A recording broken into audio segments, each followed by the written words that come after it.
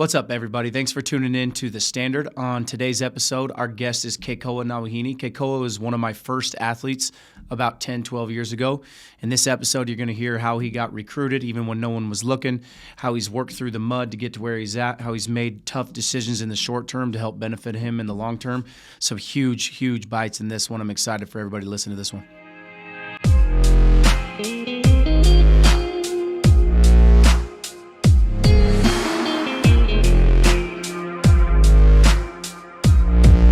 So what do you think most people don't understand about how important it is to have the will to fight through the mud today for a brighter tomorrow? I think we live in a world where things are really easy and really accessible, really quick. And so I think that makes it more difficult when you have long-term goals that you're trying to set and things that take time, like in sports. It's hard to not get the results that you want right now, but understand that the work that you're putting in right now compounds over time. One of my favorite books is The Compound Effect by Darren Hardy. It's a really simple concept, is little things daily over time compound and turn into great results. And I think a lot of times that's just a hard concept when everything is so accessible and so easy to get quickly nowadays, when in reality anything that's worth it, I would say, it probably takes a lot more time and a lot more small things daily. You know, you've never had the victim mentality or the poor me mentality, you know what I mean? And you just tore your Achilles. Yeah. Yeah, so when did we have surgery? 10 days ago? Tuesday last week. week. You called me that Sunday. Yeah. And you were almost laughing about it. Like, I knew you were frustrated. You were still one of the most competitive guys I know. You're still crazy athletic, which blows my mind how you tore that playing flag football. Yeah. But you had like such a positive outlook, and it like literally when I got off the phone, I talked to Ari, my wife, and I'm like, Kekoa's never complained. Like, you've had things stack up against you before, and it's always been like, figure it out. And you were literally like, yeah, now I guess I just got to see how fast I can come back from this.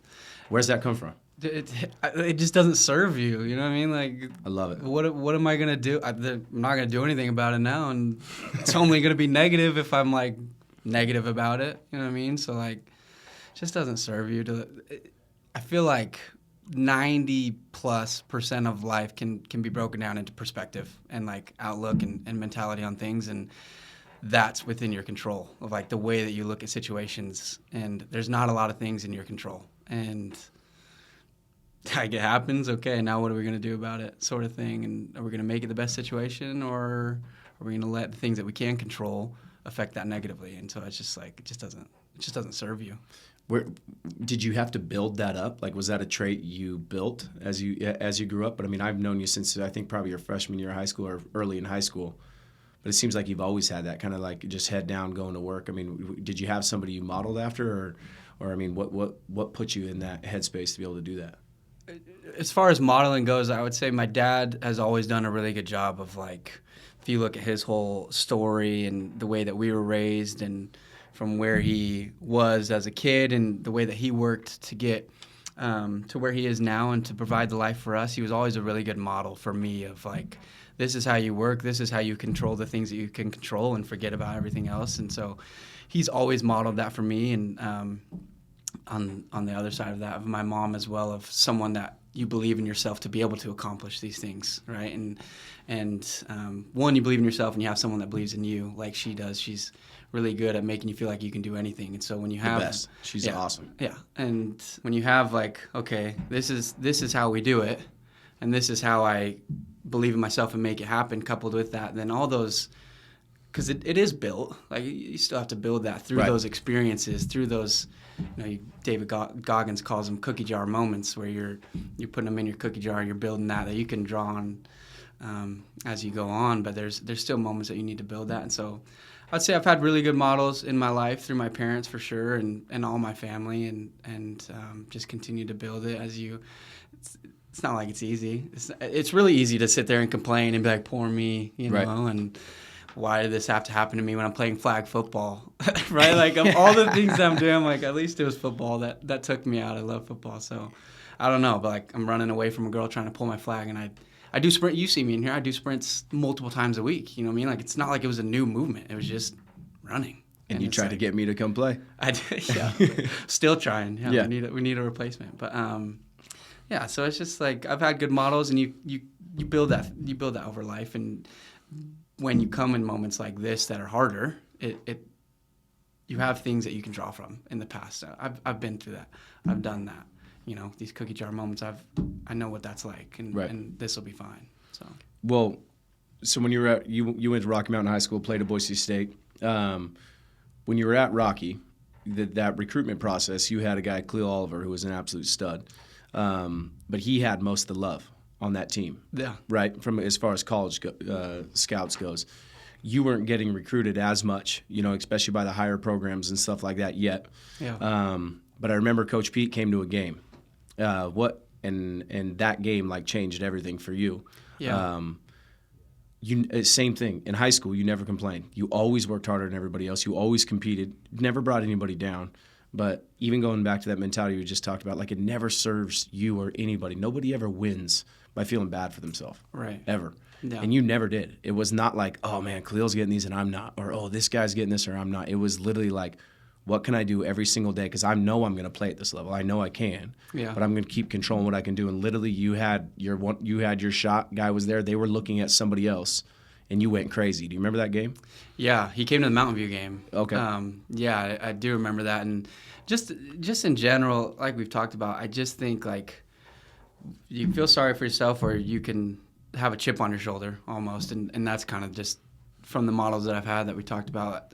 It's kind of the way that I was raised, and always the attitude I've had is like, okay, I'm going to show you. You know what I mean? Like, yeah. You don't want to give me what I feel I deserve. I'm going to show you, and I'm eventually going to get what I deserve. And so that chip on the shoulder mentality, I think you have to have that. What I would say is in that game, I didn't even know he was coming to that game. You have to be ready in those moments when they come, because they will come. At some point, they will come. And if you have a chip on your shoulder and you've been prepping for that. That preparation for you was insane. Yeah. Because there's no way you were failing that day. Yeah, 100%. Because, like, if you're not going into it with that chip on your shoulder and you're like, whatever, like, he's going to get it. It's always meant something in my family. Like, you're going to be first in the sprints. You're going to be first in the, like, you're going to push yourself as hard as you can. And you're going to compete every day in practice and everything that you do. And I think that's always served me, but it's just that mentality of like, I'm getting better today. I'm prepping for when these moments come, because they're going to come, and you might not know when they're there or not, but it's going to end up paying off for you if you've spent the time to prepare for those moments. So what did you do in that game? God, I don't know. It was like a pick six and touchdown on offense. You were playing both ways, or what was it? At that point I was our kicker. So our kicker had hurt himself, and so they asked me to kick. So I was kicker. I have one clip on my highlight of where I kicked it in that game, and then I went down and made the tackle also. And then, I was playing defense and offense. And I actually remember that game I was cramping up pretty bad in my calves. And I don't know. It was just, to me, it was like another game, because like, and you get this question all the time of like, oh, how do you prepare for this opponent differently, or this situation differently? And it's like, for me, this is my all every time, because I love it, one, and two, it's like that's the way that it should be. You should be giving your all to what you're doing, and so it just felt like another game to me. So you get recruited by Pete, going to Boise State, but you decide to go on a mission. What was that process like? I mean, were you? I don't know how much we talked about it beforehand. Was it I'm always going to go on a mission, or was it like, man, should I go play ball then go on a mission, or were you thinking about it? You know, we have a ton of athletes here that are in that stage of their life right now and trying to figure out the best thing for them to do. Yeah, man, I would say that was the toughest at that point in my life, the toughest choice I've ever had to make, and even now, one of the toughest choices that I've had to make. Throughout most of my life, it was always, I'm going to go on a mission. Like, that's the way that it's going to be. That's what I've always planned for. And as you get closer and things change and you have an offer to play at a school that you've watched since you were a kid that you loved, and they're pressuring you not to go on a mission, and your mom's also pressuring you not to go on a mission. Like we've talked about, she can be convincing. And so I had to really decide what I wanted to do at that moment. You have a lot of pretty much every influence pulling me to stay. There wasn't like someone was like, you need to go. You know what I mean? Really hard decision, months. I didn't really know what I was going to do. And I had actually gotten to the point one day I was like, I think I'm going to stay. I think I'm going to to go here. I can serve my mission here and help people here, sort of thing, and maybe this is my calling. And felt like that was what I was going to do. Prayed about it. Still felt the same that I'd felt for months, just no real resolution. And the next day I was like, okay, I'm just going to pray and ask just genuinely. And I'd ask this multiple times, like, not to get too religious, but like, No, you're fine. Just pray and ask, do I need to go on my mission? And if I need to go, then I'll go. Yeah. And just had a really strong feeling that was the choice I needed to make. And from that moment, it was like, okay, it's a done decision. Like, I'm not going to deny that. I know what I need to do. And I remember I went down and told my mom that right after, and she's just bawling, like just crying. And it's like weird for me because I'm like, torn in two different head places. But I knew from that moment that was what I was going to do. So all the things that came with it that were difficult was like, well, it's just going to be difficult when I come. And so also added to that chip on your shoulder, a lot of people are like, you're gonna go away from the game for 2 years and you're playing a skill position, you're going to come back, you're going to struggle. You're not at the D1 level. You're not going to be able to really do very well. That's going to hurt you. So it's just another chip on the shoulder, added fuel to the fire to be able to come back and play. But, yeah, it was a tough decision. Yeah, I think that's why I wanted to ask you about it. Even back then, how long ago did you go on your mission? How many years ago was that? It's about 10 years ago now. So it's about 10 years ago. So we were barely in the game for us. And I knew, you were one of our first big athletes. Your family's pretty much helped build us, all 8 of you kids.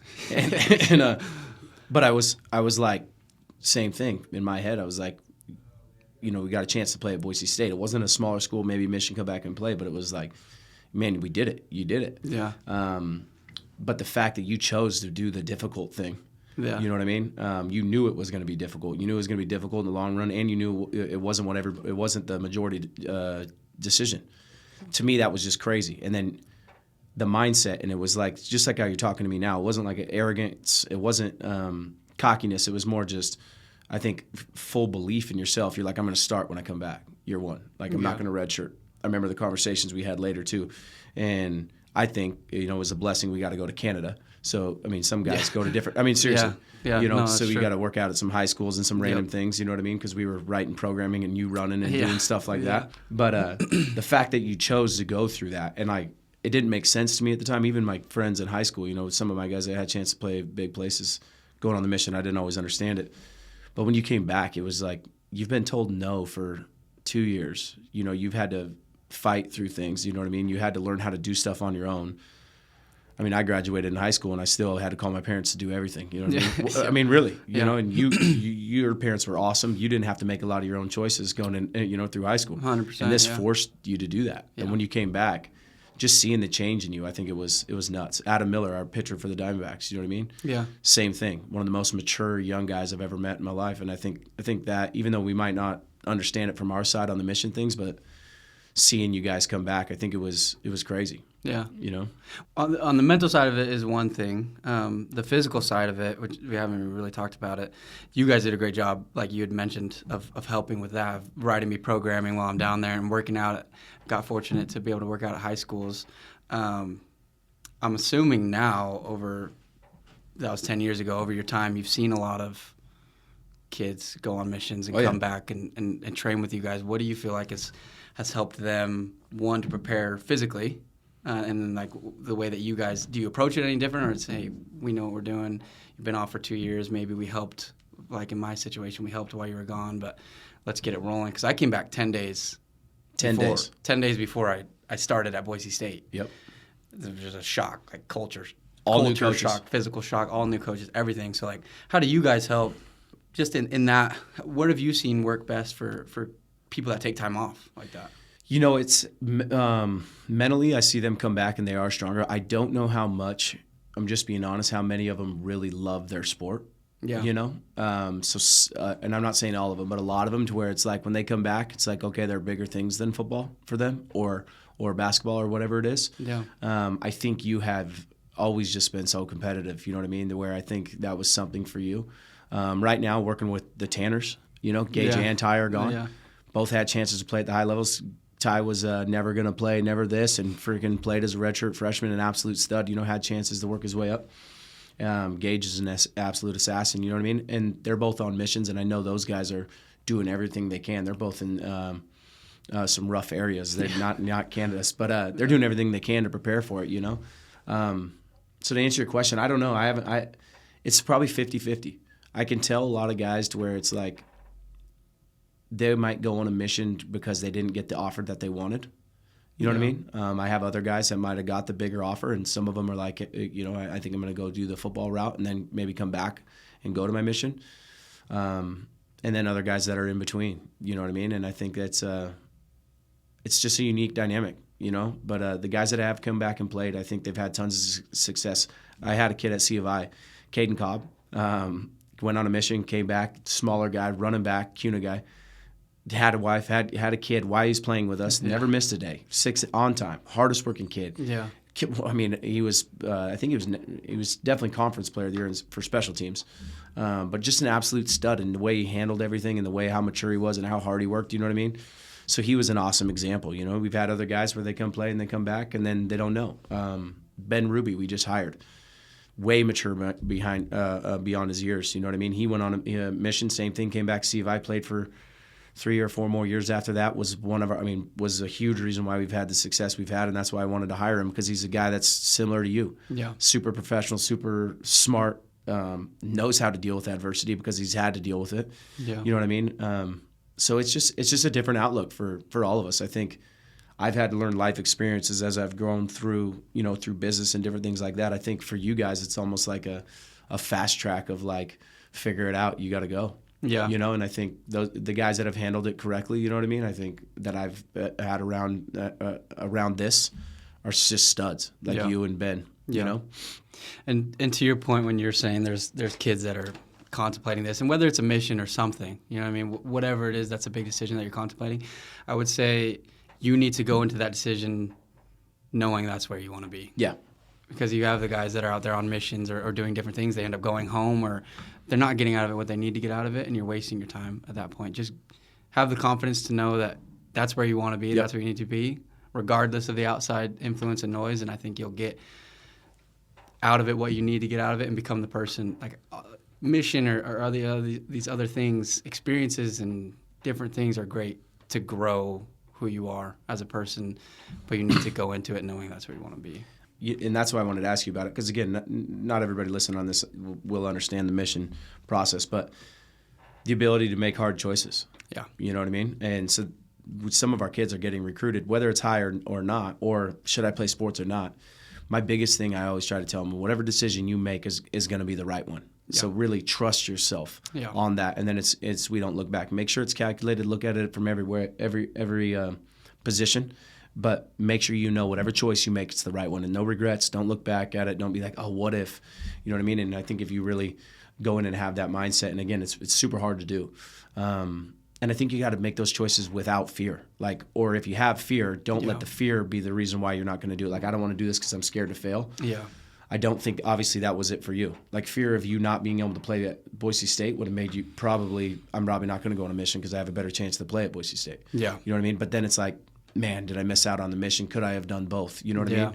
So I try to get them to do that. So it's like, hey, this might be a harder route, but if you have any inclination in yourself or any belief in yourself that you might be able to do it, that might be it. And if you go the other way, and that's I still fight that every day. You know what I mean? It's hard for us. We're trying to figure out where we're growing with the company too, you know what I mean? And it's usually big choices. Got to make big decisions. Which one's going to be the right one and which way we steer the ship. So it's tricky. Yeah.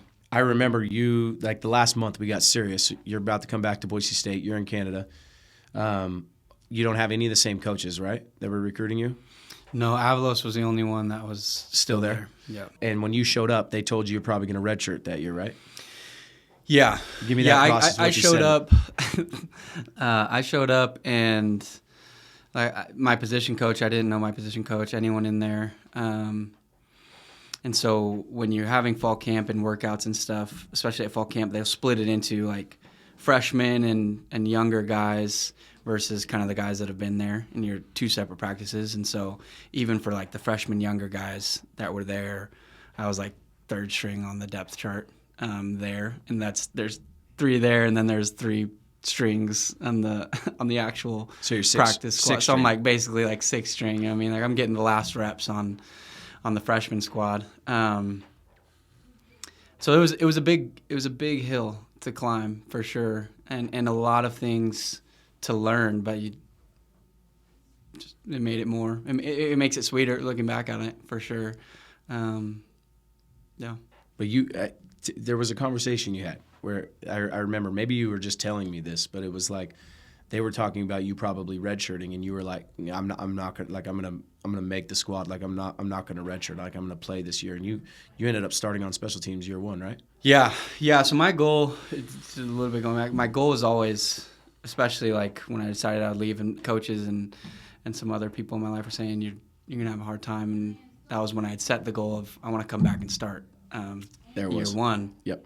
And we had talked about that, and so that was all I cared about. And I, like we've talked about, just that belief in self. I've always known like that's where I need to be. And it's funny as I go through like Boise State and as I look back on it, that never felt like a huge goal to me, honestly. Like at the time, like it felt like that's what I'm gonna do. Like that's how it is. And now like looking back and seeing freshmen coming in and how much there is to learn and all this stuff, like staying healthy. I mean, there's so many things that go into it. So many factors, and I just never honestly, I just never really think of those. A lot of times, it's just like I don't think of all the obstacles. It's like this is what I'm going to do, and we're going to go. You know what I mean? And so I come back, 10 days before it starts, and we go into the season, or through the fall camp, and go from third string to second string on the freshman squad and keep going up. And as fall camp was over, they ended up telling me I'm not going to redshirt, and I ended up being all the way to second string, like just general second string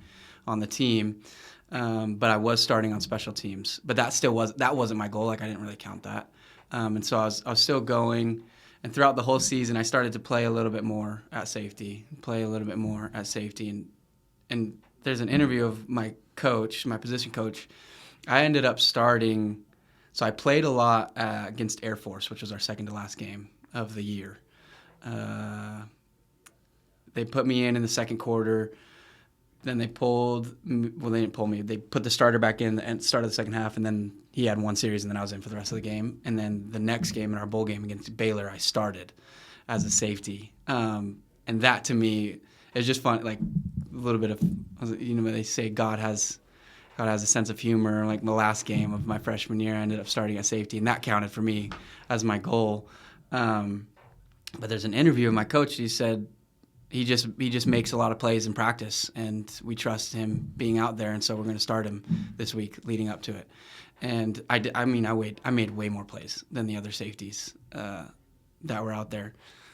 Hopefully they don't hear this, and if they do, they can hit me up about that. But so it's just like it goes back to that, like the things that you compound over time, over the season. It took all season. I'm making plays in practice all the way till they felt comfortable with me. Yeah, this guy's going to start for us and play against Baylor in our bowl game.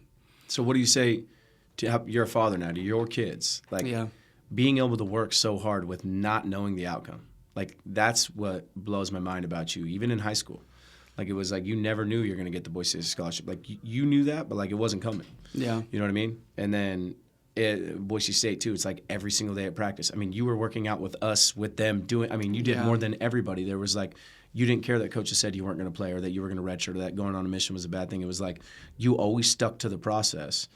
Being able to do that and not knowing that outcome, like not knowing if that's going to come true, which to me is like huge in business. Like I'm doing all of this and loving it and have to do the process every day for something that I don't know the outcome. Yeah. Really. You know what I mean?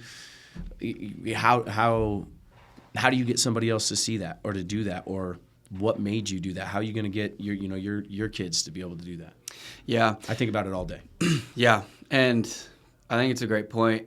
I was talking to my dad about this actually in a separate way, separate situation, but the question that resonated with me and that you can ask yourself in those situations is, say you didn't get to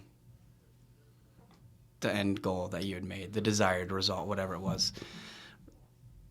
Would you go back and, like, from who you are, from here to here, and what you did to get there, even if you didn't make it to where you wanted to be, would you go back and say that wasn't worth it, or that was a fail because you didn't get where you wanted to be, or who you became through that whole process was still worth it? Does that make sense? Yeah.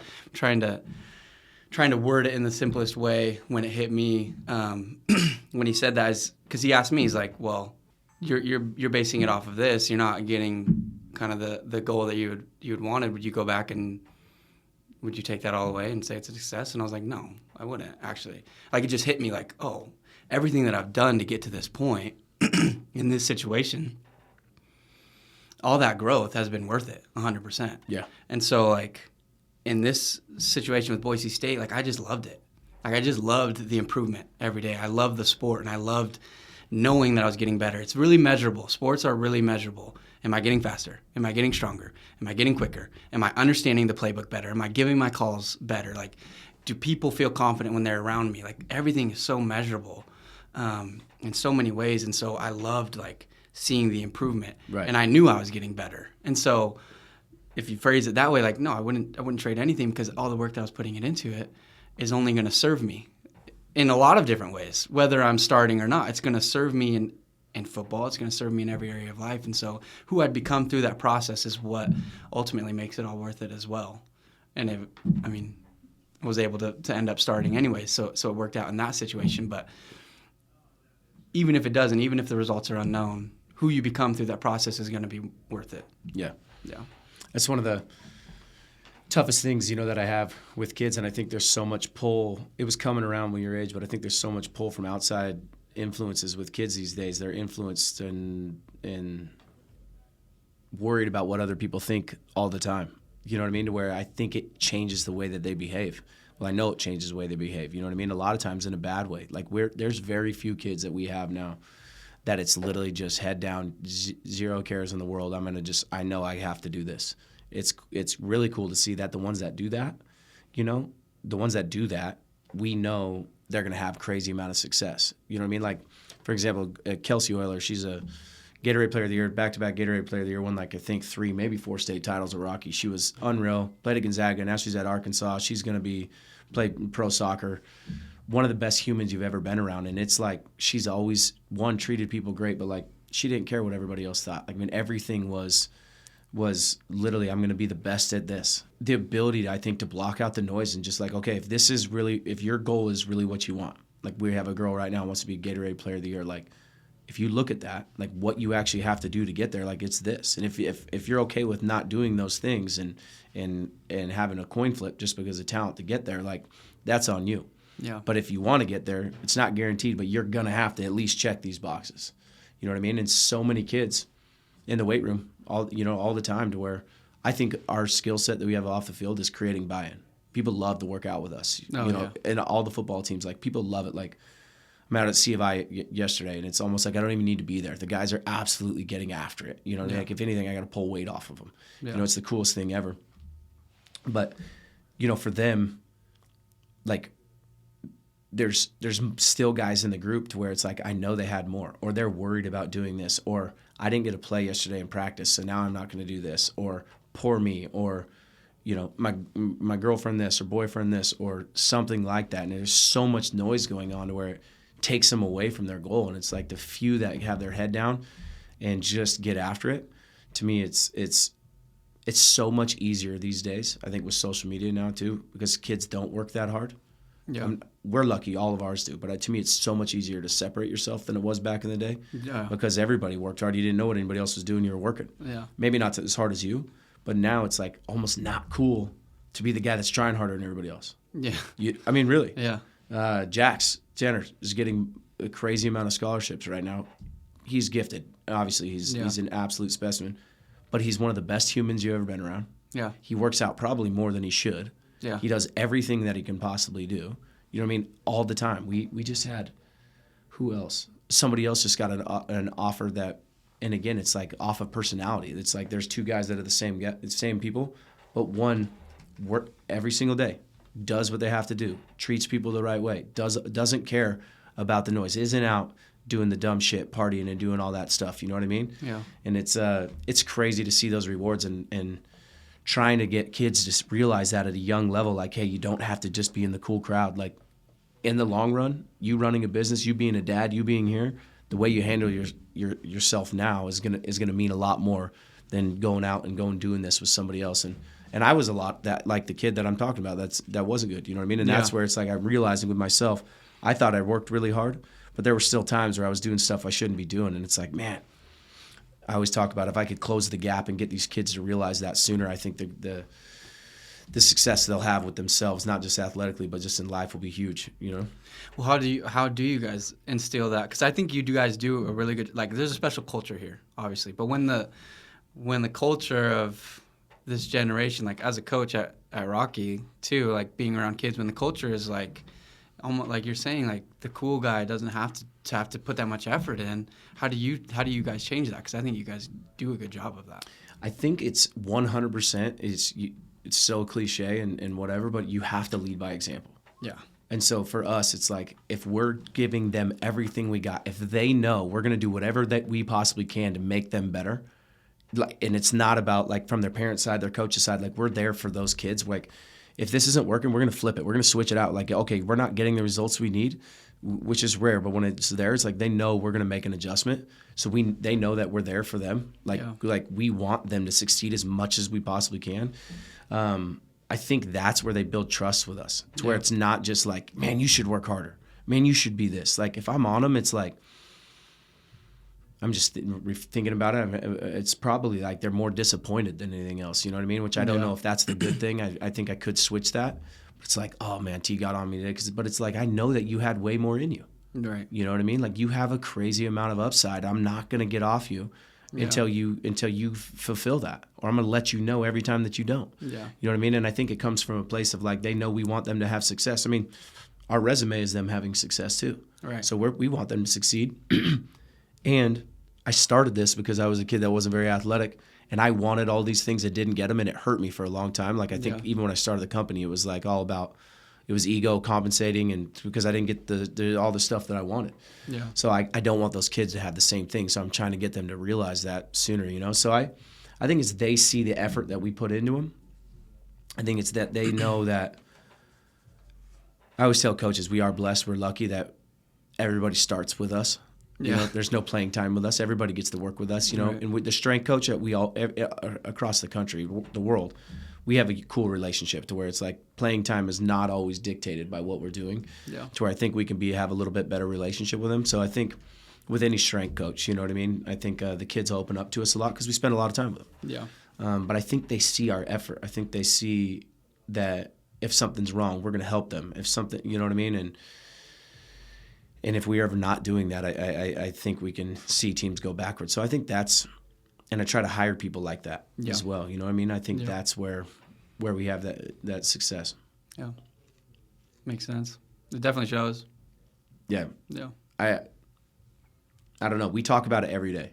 Like we think the culture is awesome, but we also are like, man, we have these two kids that are crazy good, but man, they're little cancers on the team, and we like them, but they're like, what are they? And we're always trying to figure out how to solve that. You know what I mean? I wish we had that answer, and we don't. Yeah. I think it's just never giving up on them and always trying to put effort onto them. I mean, I'm just thinking out loud in my head. I mean, I have given up on kids, on teams, to where it's like, man, I'm just gonna go here and do this, you know, which is definitely not the right thing to do.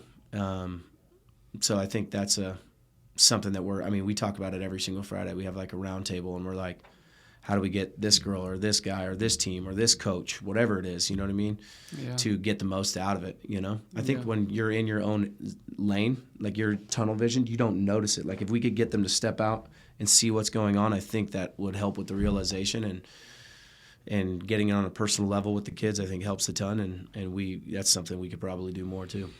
Yeah, a little bit of a tangent, but I think, and just to give props to you, it's like when we talk about 10 plus years ago, how long we've been working out together, like there's one thing that's guaranteed, is Taylor Bateman's going to have energy. He's going to know what he's doing. He's going to make you believe yourself. That's three things. I said one thing's guaranteed, and then said three things. But like, if you know anything, you know you're going to get those things. And like off the field, it's always had that vibe. And you've done a really good job of bringing people in that carry that on. And I think, like, to my point, where you're having these round tables and you're instilling that culture within these coaches and bringing them on, you know, the Travis and Augie and Wyatt and Canyon and Ethan, all the guys that you have, it's the same throughout, which is hard to do.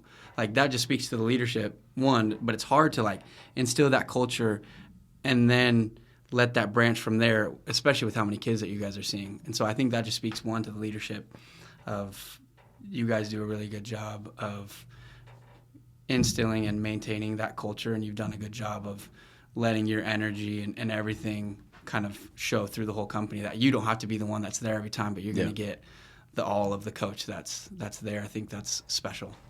And I mean, it's intentional, you know. Yeah.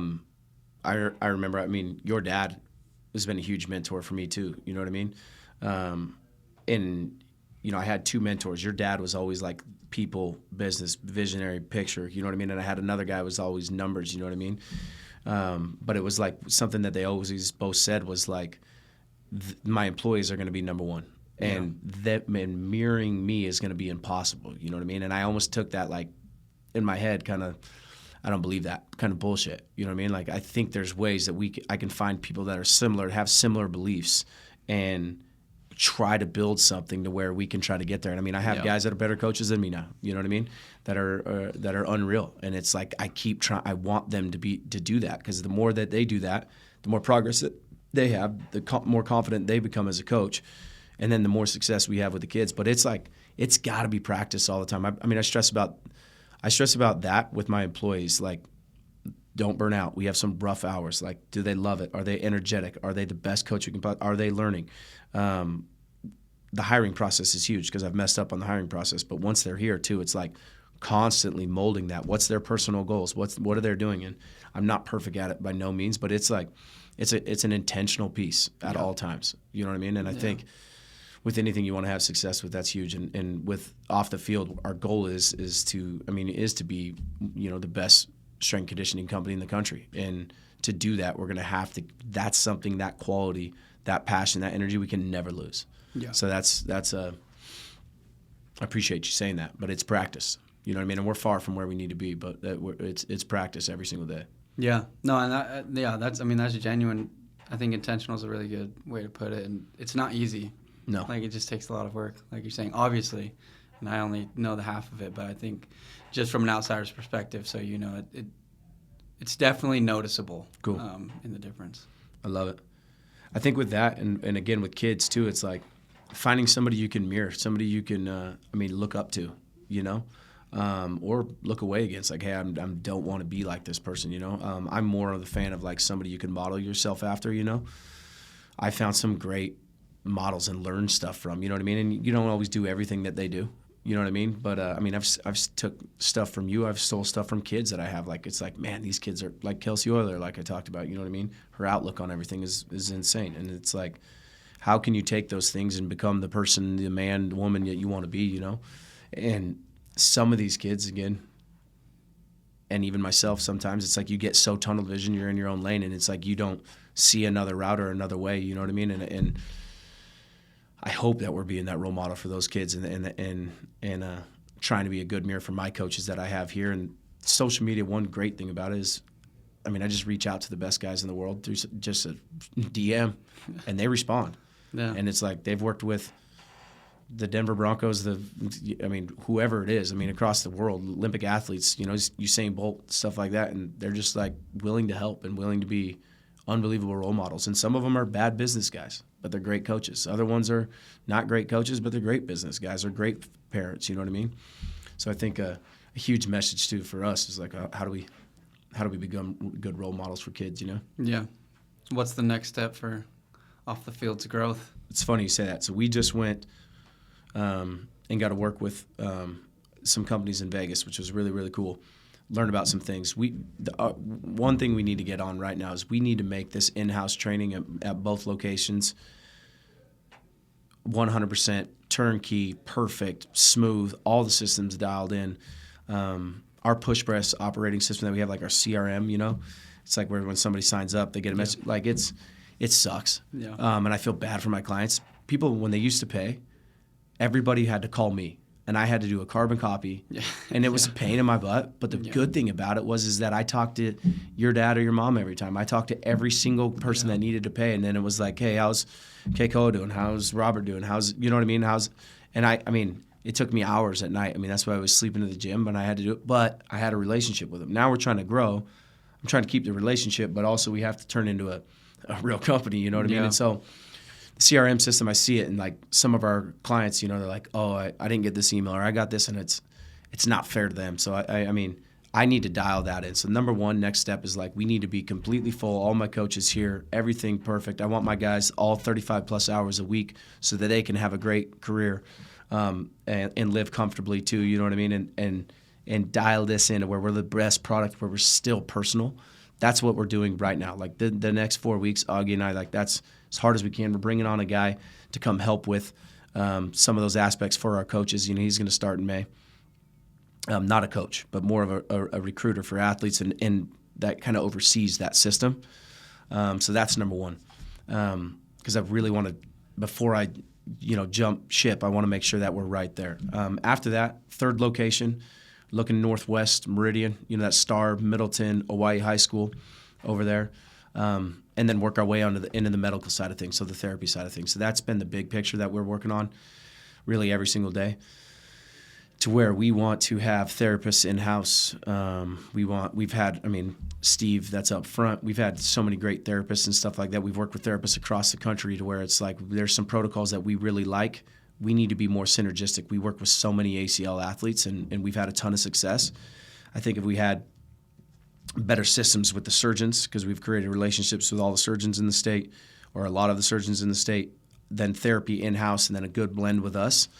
Even when you're not hurt, to where our pro athletes, our NFL guys are like Sophia when she comes back, to where it's like if she could get, work with somebody here on this movement side of things and then get transitions smooth to us, and that's all in-house. That's what we're working on. So already created that LLC, already got the site in mind, and pushing towards that. But again, the first thing is I want to create the best product possible for the people we're already serving. Yeah. I think we could do better for them. The training can always get better. We're always working on that. But like on the service side, because we've grown, because I'm trying to change systems, I don't love the way that it's operating. And so I really want to fix that for our clients, because they're so great to us. I just want to make sure that it's still good for them. Yeah. But long term, for us to be the best performance facility in the country, and maybe have multiple locations, I think it's got to be to where we work with the highest level athletes. They come in for everything. It's all in-house. Yeah. We have a sports med doc on staff, which one of my best friends, Logan Danielson, hopefully maybe bringing him in. Been talking. He's a team doc at Cal for football, PTs, orthos, and then us on the performance. Yeah. A lot of models are very heavy on the medical side. I'm biased. I think I think that rehab should be training. Yeah. I've seen the best guys in the world where it's like Matt Jordan, this guy in Calgary. He's not even a PT. He's the best guy in the world to bring back an ACL. He works with their world renowned, maybe not world renowned, but like unreal. Yeah. Like, most of anything you do with force plates, he's the guy. Yeah. Right? You know what I mean? And he's not a doctor in PT. He works phenomenally with PTs and surgeons and stuff like that. But the training side of it all works together, and that's where we're trying to make sure it's all balanced with everything. Yeah. Because there's a lot of places where it's PT, a little performance on the side. You know what I mean? And I'm trying to solve that. That's the problem we're trying to solve. Yeah. Where's the world-renowned Achilles guy that you're working with? So we've actually bringing him in. No. So this number, don't quote me. So if you look at this post of Aaron Rodgers, so there's this guy, Guy Voyer, on there. He created Eldoa. I don't know if you know. You've done it with us. I don't know if I've ever told you when you were doing it. Some for lack of a better term, stretching movements that we put you in. But it's a lot of stuff for like lengthening the spine, getting the body in positions that for proper movement and really real recovery, not just stretching out our hamstring. But Guy Voyer, we have some old documents of his. Like, I don't even know where we got them, but like to where we're learning some joint pumping and stuff. It's not even in English, and we've been trying to tear them apart, and we're like practicing on each other and doing some joint pumping. And he's one of the best in the world. But you can't really hire him. Apparent word on the street is it's almost like $1 million to use him for your rehab process. So there's a picture with Aaron Rodgers. He's got some of the best people in the world, but there's a side. Like, you never see him on social media, and there's like a side gram of him because he's from overseas. And me and the guys here, that geek out on that stuff, we're like, oh my gosh, that's giveaway. Like, Aaron's working with him. Yeah. You know what I mean? Yeah. Now, we don't know if Aaron actually completely ruptured his Achilles. Nobody knows what really happened with that surgery. You know what I mean? He ended up not coming back in 6 months. Like, there's no way he was going to come back, in my opinion, if it was a full rupture. Yeah. But that's the guy. And I don't have the answers for you, but you could be a test dummy for us. We're going to try to figure it out. To your point of like I can't remember exactly how you worded it, but your rehab or physical therapy is training. I think I would say from my experience when I was going to Boise State, working out there and coming here was a huge reason of why, like all the training I did and all those things that you guys work and focus on specifically here was a big reason why throughout my whole career I really didn't have any injuries. And that's hard to do, like in football, and especially when you're playing every year, you know what I mean? And so just to say, I think I've definitely seen that in my life of where if you train the right way and you're trying to do preventative type training and strengthen a lot of areas, hopefully, side of when you're playing co-ed flag football, you can avoid some major injuries. I've been training for a while. True, that's what it is. So speaking of training, so your pro day process, real quick before we go, to me it was crazy. So it was the COVID year. Yeah. Senior year, you had your junior year, you had more interceptions than your senior year, right? No, my sophomore and my senior year were the same. Sophomore and senior junior year, I didn't have any. Didn't have any. Yeah. Senior year, coming out, COVID year. Yeah. Again, worked. We've had a lot of guys. I mean, you guys are up on the wall. Garrett, was a huge part of that group. Graves, Molinar, those boys. But, I mean, really, you and Garrett, I thought, had an unbelievable opportunity. I think you guys should have both played in the NFL. Yeah. Both a little bit smaller school with Boise State. Yeah. Both not huge on the stats sheet, but did a lot more things outside of just the stats. You know what I mean? Yeah. I think if they would have met you, I think if they'd have saw you guys in person, your size, your build, how well you actually really moved, we would at least got an invite to camp. You know what I mean? Yeah. COVID happens. Yeah. Boise State comes and does their pro day with us. They can't even bring their coaches for liability reasons, right? With Horace, remember? We had to put a 2.5-pound weight in your compression shorts to make you break 200, right? We filmed everything, did the vert, did all of it, went to the field and ran the 40s and did all that, and didn't really get an opportunity. Yeah. Back to the same thing, no victim mentality, no nothing. I mean, I think you already answered earlier, but was it worth it? Working your ass off to go do that, and then no reward, no benefit from that. Yeah, to answer that question, 100% worth it. Just really, it was 24 years of work, 23 years of work, however old you were. Yeah, 100% worth it. Even if you're focusing on that time from January to April of when you're specifically training for that year, 100% worth it. From the experiences, the things that I learned, and different things, of course, worth it. Honestly, I'm always probably going to be salty about that situation. Like, I just am. Like, just a little bit of just, like, that one does suck. But again, like, what am I going to do about it? But it's like, damn. Yeah. Like, I would have way rather go and get cut. You know what I mean? Like, at least get a shot. At least get a shot. Be in the room. Because, I'll never know why it worked out that way. And I didn't get a chance, and whatever. That's all right. That's out of my control, but it'll be something that it just always will irk me, because that's always been the goal. Like, play at the highest level, compete against the people at the top of the game, and I've always talk about that belief in self. I've always felt like that's where I could play. Yeah. So yeah, we can get into all the details of why I didn't, but I didn't. I think it irks me. My pro day guys probably get annoyed. Like, that was, you and Garrett were my first two real opportunities, I thought, to play at that level. Yeah. And then that happened, and it's like, I mean, I remember getting phone calls. You guys were both getting, but then it just never turned into anything. You know what I mean? Yeah. Where it was like, and it was just so frustrating, because you guys were so ready to go absolutely dominate. You know what I mean? And it was like, that was something that was completely out of our control. Yeah. No camps. No pro days. Nothing. Nothing. Couldn't be in front of anybody. I mean, we were literally videoing it and sending it out. Yeah, Yeah. right. So I was emailing people myself. They had to look at 330 Division I programs, not including all the other guys. Yeah. And all of these dudes outside of the draft. I mean, that changed everything. It changed how many guys could be on the P squad. They let vets come back because they didn't know any of the young guys that you could even have been on the practice squad. Right. Oh, that was a crazy year, too. About the worst year that you could come out, I think. I don't know. This whole podcast, we've been talking about not complaining. Now we're just complaining for 5 minutes. Hey, it's just real, though. Like, I'm always going to be freaking upset about that a little bit. Yeah. I probably talk about it once a week. Yeah. Yeah.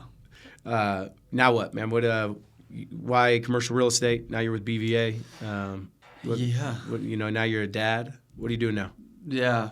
Man, being a dad's the best. Like, just a growing family, 2 kids, a boy and a girl, and it's just the best. Like, I've always been really close to family and always known I wanted to be a dad and be a younger dad. I just love it. Like, my family is the best. Like, it's what makes me happy. As far as work goes, working at BVA Development, doing commercial real estate. I honestly, like, before I started at BVA, I didn't know commercial real estate was a thing. Like, people buy and sell houses, but I didn't think of, like, the businesses that need to run a place, and that side of things. And so I had reached out to Tommy because, honestly, why I ended up at BVA is because of the people that were there. I wanted to be around people that I knew I could learn from and that I kind of wanted to, same thing, model my life after and do that way. So that's why I ended up there. But it's been really good. I love it, having a lot of fun, learning a lot around really good people, a good team, and allows me to kind of live the life that I want with my family as well. So it's been really good. You having another kid or no? I'll have as many as my wife's willing to. Serious? willing to have. Not me, man. I got my boy. I'm out. Your son. You said he's sleeping really good. He's just chill. He's just calm. That dude is like the most chill. I mean, I'm only at 2, but around a lot of babies, he's just so chill. He's just like hanging out. I don't enjoy when you say that. That just cracks me up. Crew was crazy when he was. Yeah. He's literally the most awesome son. My son. He's the greatest kid in the world too. But he. Chill is not a word you would use to describe him, Yeah. Yeah. That's or my daughter. Well, bro, man, I appreciate everything. Love you, man. Like family and your whole family and everything. So thanks for everything, bro. Thanks for coming on. Yeah, thanks for having me. I'm always rocking with T. So my appreciate dog. it, man. Yep. Yes, sir.